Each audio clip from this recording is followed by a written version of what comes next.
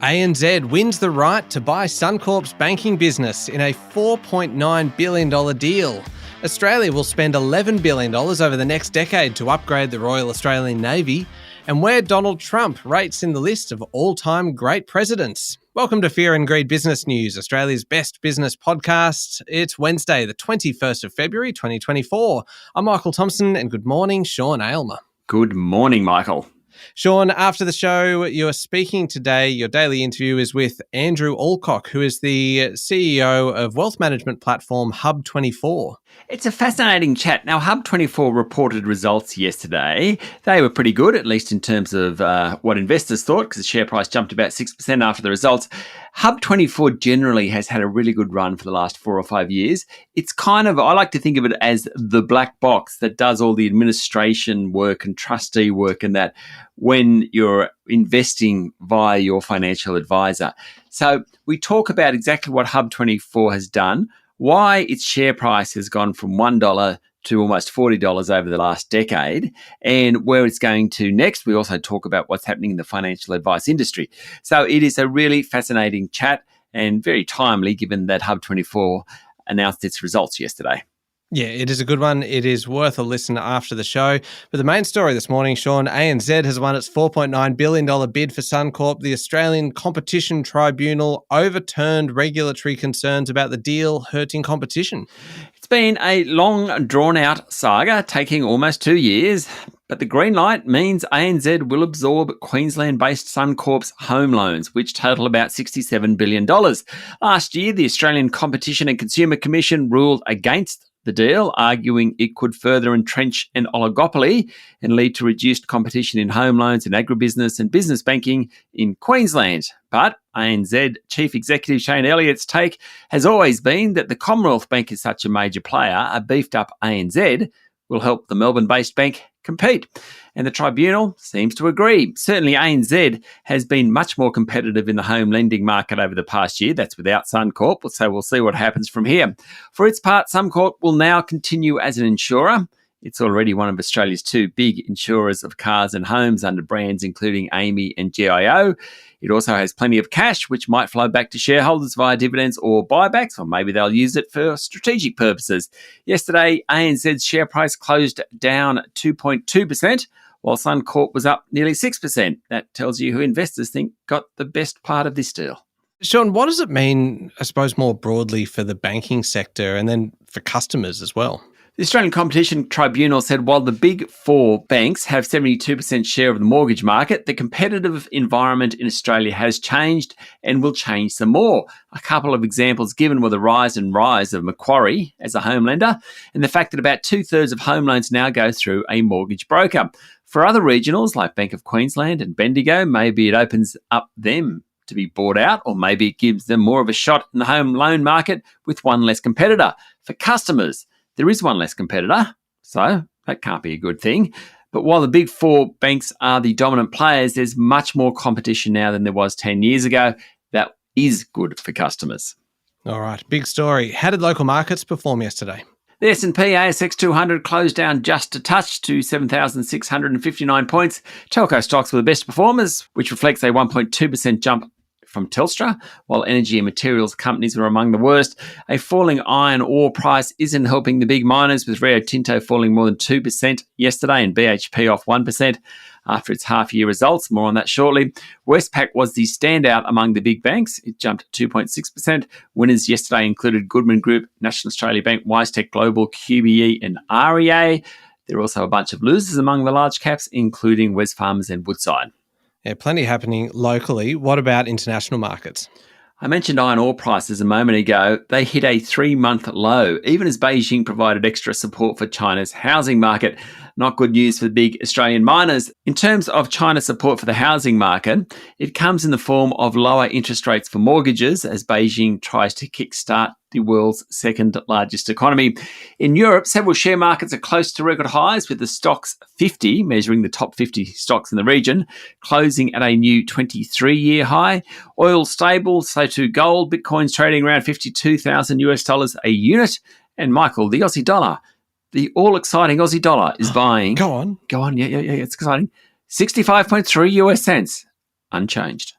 Oh, okay. Well, you really got my hopes up there, Sean. And you did promote yesterday that we might even drop the Aussie dollar from the report today, unless there was something exciting. And Couldn't do it? you just couldn't do it, could you? No. I agree with you. I mean, it's a staple, really, isn't it? It is.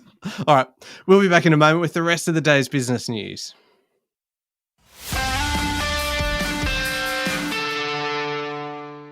Sean, Australia is set to buy 11 new general-purpose frigates, giving the Royal Australian Navy greater firepower and strategic options in the face of rising geopolitical tensions in the region. A review of the Navy released yesterday will see the number of the Navy's major surface combatants eventually rise from 11 to 20, in addition to 6 new optionally crewed surface vessels. Don't you love that phrase? Optionally crewed surface vessels, aka drone ships. Oh. They'll be armed with missiles to support the main fleet. The Navy will be based around the 11 general-purpose frigates and the drone ships. The new fleet of frigates will be built both overseas and locally to replace the ageing ANZ frigates, and the build will be fast-tracked to address the risk presented by an ageing and increasingly fragile surface combatant fleet. Now, the Troubled Hunters-class frigates project will remain, but on a reduced scale, and Tomahawk cruise missiles on the ships will be replaced. The cost is more than $11 billion over the next decade, and Defence Minister Richard Marles said the review will ultimately create the country's largest naval fleet since World War II. Sean, BHP has posted its lowest profit in 8 years after it cut the value of its struggling Australian nickel and Brazilian iron ore assets. That's the bottom line, which includes a bunch of write-downs. The underlying profit for the December half of just over $10 billion is in line with last year. BHP's share price ended about 1% lower yesterday. The good news for shareholders is that they will receive a higher interim dividend, 72 US cents. That's higher than expected, though it's way below the 90 US cents paid out 12 months ago, which was inflated by higher commodity prices. This half's payout is the lowest in 4 years. Now, the write-downs were announced last week. They include $2.5 billion US after tax for the nickel division and $3.2 billion US related to the Samarco iron ore asset in Brazil following the tragic dam collapse in 2015. The iron ore operations in Western Australia's Pilbara region again was the standout, delivering 77% of underlying earnings. BHP Chief Mike Henry said demand for commodities had not lived up to expectations over the past 6 months, but with the eternal optimism of a geologist, he said the long-term future still looks strong. Sean, the Reserve Bank has kept all interest rate options on the table, saying the outlook for the economy this year remains finely balanced. The minutes of the central bank's board meeting released yesterday show that members explicitly considered a rate rise and a rate cut 2 weeks ago when they met. Eventually, they decided to keep rates on hold. They were weighing up whether inflation proves to be more persistent versus the risk that consumer spending falls more sharply. On productivity, one of the missing pieces of the economic jigsaw puzzle, the board said it's too soon to determine the extent to which a fading of the lingering disruptions from the pandemic and the adoption of artificial intelligence would support a turnaround in productivity. Let's hope so.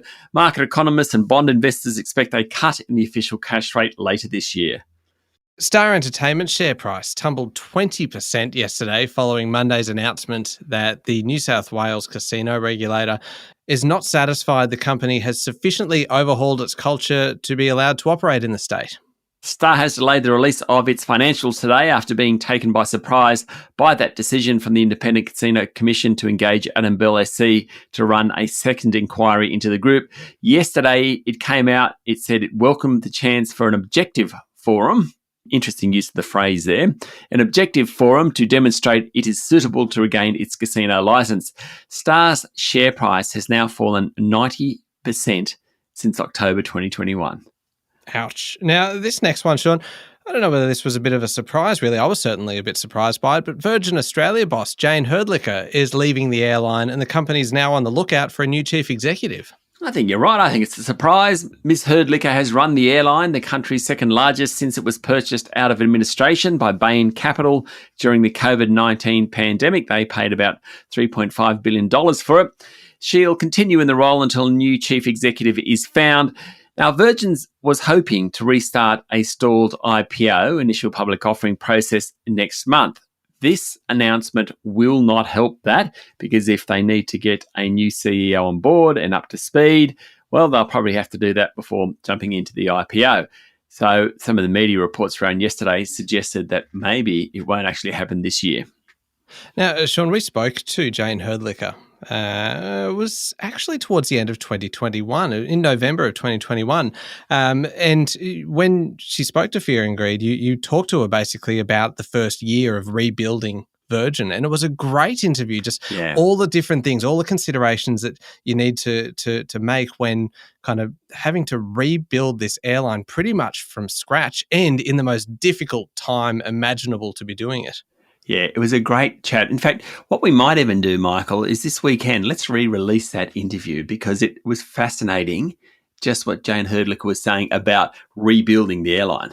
Yeah, that's a great idea because every Sunday we release a Sunday interview, which is basically designed to give you a bit of Sunday listening, and we go into the Fear and Greed vault, which kind of sounds very exotic, doesn't it? But really, it's just kind of sifting back through our files and just going, you know what, this was a great interview. It's from a few years ago. We will re-release that interview with Jane Herdlicker because it is well worth another listen. Now, protective clothing maker Ansell yesterday announced a 70% drop in half-year profit and said it had cut 1,300 jobs on the back of weak sales. This is a company that did very well from COVID, but has been suffering a 2.5-year hangover with the major market disruptions caused by COVID pretty much coming to an end. Demand is getting back to normal at much lower levels, though. Sales for the 6 months to the end of December were down. The group cut its dividend and profit came in at just $30 million. Ansell's shares jumped during the worst of the pandemic because of the high demand for single-use medical gloves. After moving above $43 in about mid-2021, it's since come well back. It's now trading around $23.60. Sean, you mentioned a COVID hangover. Another company on the ASX that you would probably say suffering a COVID hangover is Sonic Healthcare, which yesterday reported a 47% drop in half-year profit. Sonic provides laboratory and pathology services, and there's a lot less testing for COVID nowadays. Sonic said COVID-related revenue was down 90% in the 6 months to December. That's compared to 12 months earlier. Its share price tumbled 8% yesterday. And KMD Brands, which owns Rip Curl and Kathmandu, isn't having a good time of it with sales off 15% last half year. Warmer weather dented sales of puffer jackets and raincoats. Now, I'm not sure that's a bad thing that the sale of puffer jackets was dented. No disrespect to KMD and Kathmandu. I'm sure they're excellent puffer jackets, but they are a crime against fashion. Anyway, I go on. Hang on. What on earth qualifies you to hold that view, Sean? Yeah, good point. Good point. Because we will get to it a little bit later on, but we need to talk about the shirt that you were wearing in a video that went on our social media last night. But I will hold that one for a few minutes. We'll get to that shortly. Back to KMD Brands. So basically, last year was the warmest winter on record in Australia. That dented sales of puffer jackets and raincoats. Along with weak consumer sentiment, sales at Kathmandu fell 21.5%. Rip Curl was down 9%. Turnover at its US hiking boot brand Oboz was down 14.5%. Now, in contrast to several other retailers, Kathmandu came in below expectations and its share price fell 8% yesterday to an all-time low. And finally, Sean, before we get to international news, you're bringing us a bit of a profit wrap, and that's wrap, W-R-A-P, as much as I would dearly love to hear you actually rap this like, say, Eminem. But your challenge is one sentence each on a bunch of companies that reported yesterday. Good luck. Thank you.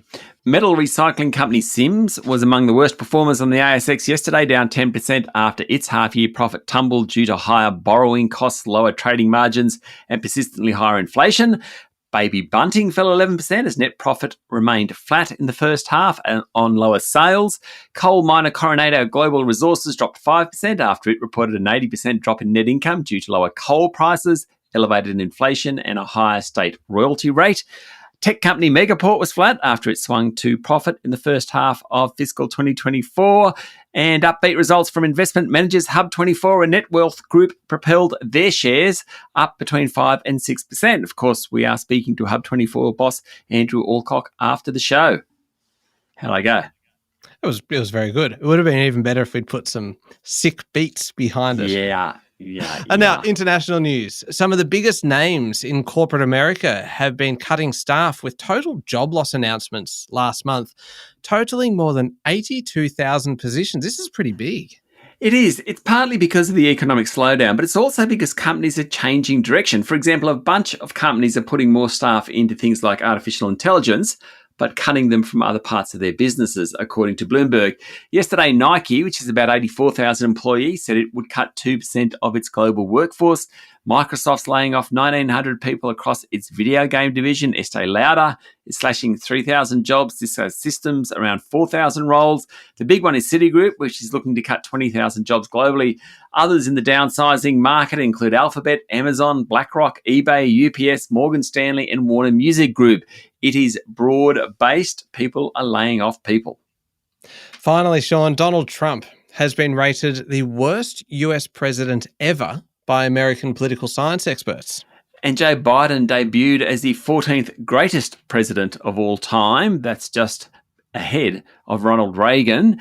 Now, there have been 46 presidents, and something called the Presidential Greatness Survey is released every 5 or 6 years. It's released on President Day in the US. The judges are the 154 members of the American Political Science Association, according to a report in The Australian. Biden's most important achievements may be that he rescued the presidency from Trump and resumed a more traditional style of presidential leadership, wrote the survey's authors. Donald Trump's position was last. Abraham Lincoln's position was first. They haven't changed since the survey was last published in 2018, and that was during the midpoint of Mr. Trump's presidency. Franklin D. Roosevelt comes in at second. He was the leader during the Great Depression and the Second World War, the only leader ever to be elected 4 times. George Washington came in third. Barack Obama is one who's come up the rankings a bit. He came in 7. And Sean, I mentioned before your fashion sense and alluded to a video that we posted on the Fear and Greed social media platforms last night. And so you've got to go and check this out, because this is a video, and you'll find it on Instagram. We've got a Fear and Greed podcast, and also on TikTok as well, and probably on Facebook too. And it is a video of you talking about this story. And in it, you are wearing a T-shirt, and it looks like a T-shirt that I'm guessing you got when you were working in the US and you were covering presidential campaigns? Yeah, so I was working for the Financial Review, and I was their New York correspondent. And I went to the 2004 Democratic Convention, which was John Kerry and John Edwards. They lost. And I bought a T-shirt, as you do. I also went to the Republican convention. In fact, I got to the door of the Republican convention, and a more senior journalist came over the top, and I didn't ever get to go to it, so I didn't buy the T-shirt. But yes, I do have that T-shirt. I've had it for 20 years. I have literally never worn it until yesterday. Well, I was going to say this to you, and we are not an investment podcast at all. But, Sean, surely that thing was in mint condition until you put it on yesterday. That's and right. you could have put it up on eBay, and instead you've wasted it on a TikTok video and Instagram kind of reel for us, which we thank you for that. But wouldn't it have been interesting to see what you could get for it? The truth of it is, and this is, it has been worn once before, because one of the kids about 10 years ago decided to do some painting, and of course goes to my drawer to get an old T-shirt and found one, put it on. Oh man, I wasn't very happy when I realised what they were doing. So it's not quite mint condition, to be honest. It's near mint. It's near mint. First time I've worn it.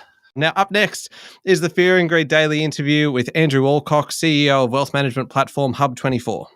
One of those companies that over the last decade has performed extremely well. Their results were out yesterday. We talk about how they went, how they're going to go, and the future of the financial advice industry. It's up next in the Fear and Greed playlist on your podcast platform or at fearandgreed.com.au. And of course, today is Wednesday, which means it's a new episode of our sister podcast, How Do They Afford That?, which is all about making your money work a little bit harder for you. Today's actually a really interesting topic because it is about investing investing, and it is about debt recycling, which is essentially a strategy that allows you with kind of the right advice in order to do it, but it does allow you to potentially invest while you have a mortgage. And it just kind of, it's a bit of an explainer on how it all works and some of the risks and some of the potential benefits of it. But it is worth a listen. I'll put a link in today's show notes as well. How do they for that is available wherever you listen to podcasts as well. Thank you, Sean. Thank you, Michael. It is Wednesday, the 21st of February, 2024. Make sure you're following the podcast, and remember to check out Sean's t-shirt on Instagram and TikTok, and join us on LinkedIn and X and Facebook as well. I'm Michael Thompson, and that was Fear and Greed Business News. Have a great day.